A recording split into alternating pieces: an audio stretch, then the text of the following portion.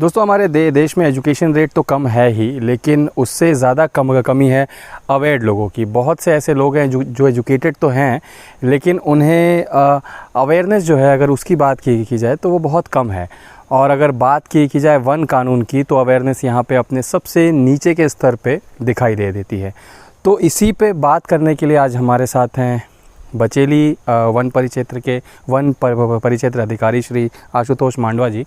तो सर, मैं आपसे पूछना चाहूँगा कि कई लोग ये मानते हैं कि सांप अगर उनके आसपास दिखे तो वो मतलब उस सांप को मारने का हक उनको है, या कोई भी जंगली जीव उनके घर के आसपास आ जाए तो उसको मारने का हक उनको है। और कानून इस बारे में क्या कहता है, या क्या उनको जानना चाहिए? सर प्लीज़ आप अगर बता पाएँ। हाँ, सभी को नमस्कार।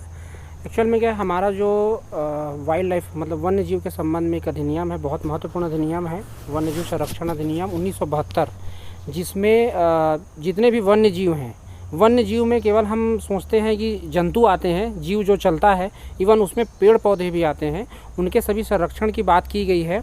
और किसी भी व्यक्ति को, चाहे वो किसी प्रकार का जानवर हो, ना तो उसको पकड़ने की उसमें अनुमति दी गई है, ना तो उसमें पालने की अनुमति दी गई है। मारने की तो बात ही छोड़िए आप। पर हम क्या करते हैं, कई बार हमारे पास, शायद हम भी जब छोटे थे तो कई बार हम भी बिच्छू और सांप, मैं उस चीज़ से नकार तो नहीं रहा हूँ, हमने भी वो चीज़ें कृत्य किया हुआ है, लेकिन वो समय अब बदल रहा है। किसी को अधिकार नहीं है किसी जानवर का जो है, वन्य जीवों का खासकर जो है जान लेने का। सबसे अच्छा ये है कि हमारे पास बहुत सारे NGOs हैं, जैसे बचेली क्षेत्र में AZN NGO है, वो बहुत अच्छा काम कर रही है। तो आप अगर यदि किसी प्रकार की, चाहे वो किसी भी प्रकार के जानवर से संबंधित हो, वन विभाग है, संबंधित वन विभाग को सूचित करिए। उनके पास जो भी रिसोर्सेज अवेलेबल रिसोर्सेज हैं, उनसे वो उस संबंधित जानवर को क्या करेंगे, पकड़ के जंगल में रिलीज़ कर देंगे, आपको कम से कम नुकसान हो।